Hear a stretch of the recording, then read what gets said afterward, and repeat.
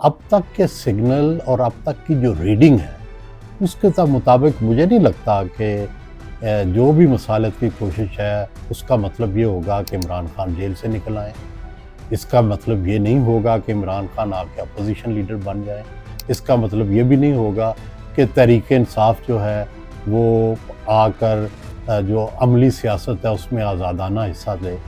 تو پہلے تو بات یہ ہے کہ ان سب پر نو ہے. تو یس کس پہ ممکن ہے؟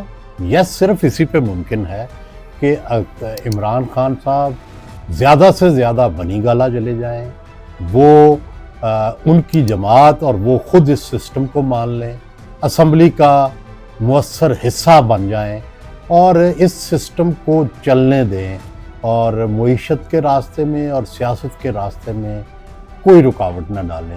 زیادہ سے زیادہ مفاہمت کی یہ حدود ہے اور میرا خیال ہے کہ یہ حدود تحریک انصاف اگر پہلے دن سے ہی مان لیتی تو تب بھی ممکن تھا. آج بھی یہ مان لے اتنی لڑائی جھگڑے کے بعد تو تب بھی ممکن ہے، کیونکہ وجہ یہ ہے کہ اگر اس سے زیادہ کی مفاہمت کی گنجائش ہو تو ایسا ممکن ہو سکتا تھا. گنجائش نہیں ہے. گنجائش اس لیے نہیں ہے کہ پہلے دیکھ لیں کہ جو اتحادی حکومت ہے اگر وہ اس سے زیادہ تھوڑی سی بھی گنجائش دے تو ان کی حکومت قائم نہیں رہ سکتی.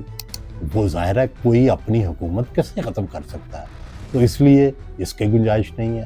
دوسری طرف فوج یا مقتدرہ وہ ظاہر ہے اپنا سٹانس یہ تو نہیں بدل سکتے کہ 9 مئی کا جو واقعہ ہوا اس میں پی ٹی آئی نے حصہ نہیں لیا. وہ یہ تو نہیں کہہ سکتے کہ اب تک جتنے بھی واقعات، معاملات اور الزامات لگے ہیں عمران خان پہ وہ سب جو تھے وہ ٹھیک نہیں تھے اور وہ ودرا کر لیں. تو بات بنیادی طور پر اسی نقطے پہ طے ہو سکتی ہے کہ آپ اس سسٹم کو مان لیں، اپنی غلطیوں کو مان لیں اور اس سسٹم میں شریک ہو جائیں.